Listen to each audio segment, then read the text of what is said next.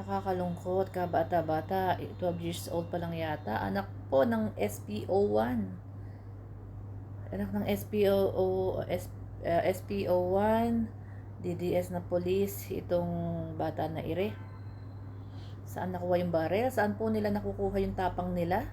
Ano ba itong mga bata na ito? Spoiled ba ito? O hindi nababantayan? Proper guidance ng mga magulang? Huwag niyo pong iasa sa eskwelahan ang disiplina, ang takot, ang pagmamahal sa Panginoon, ng paggalang.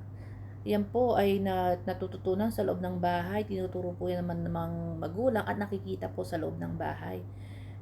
Nakakalungkot lang dahil inalagaan mo sa sinapupunan mo 9 months, napupuyat ka, padede, ayaw madapuan ng lamok, pinag-aaral mo, hindi mo alam, nagpapalaki ka na pala ng future criminal.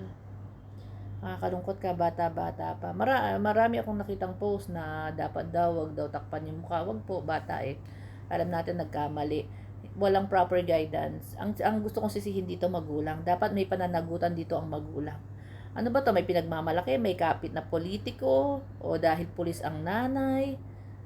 Kay katatapang, saan po ang galing ng baril, di ba? Dapat kapag ganitong mga underage, mga minor na ganito, dapat ang managot po ang magulang. Oo, dapat po talaga. Dapat ganun ang batas. Dapat may responsibilidad ang magulang. Kawawa yung ako naaawa po, no? Dahil ang bata po niyan. Kung nasa tamang proper guidance po itong mga bata na ito, hindi po hahantong sa ganito. Pero dahil nga po siguro, di mo naman pwedeng sabihin na busy sa trabaho. Kahit busy ka sa trabaho, may obligasyon ka sa mga anak mo.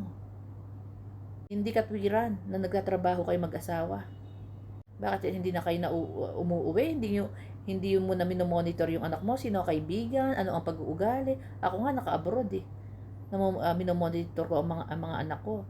Bawal ang bully, bawal ng bubuli, maging mapagmahal sa kapwa, hindi lamang mga relatives, sa mga pinsan or mga kamag-anak kami ang minamahal. Obligasyon tayo sa kapwa, bawal sumagot, bawal sumagot sa matanda, lumaban sa matanda. Naku po, dagot sila sa hanger po ang katapat ng mga anak ko. Kahit nasa malayo po ako, sumusunod ang mga yan.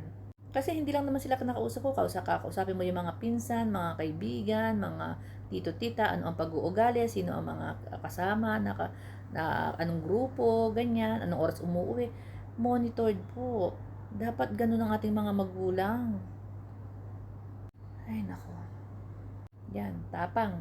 Tapang-tapang, di ba? Kung ano nakikita sa mga puon nila, sa mga ining idolo, ayan.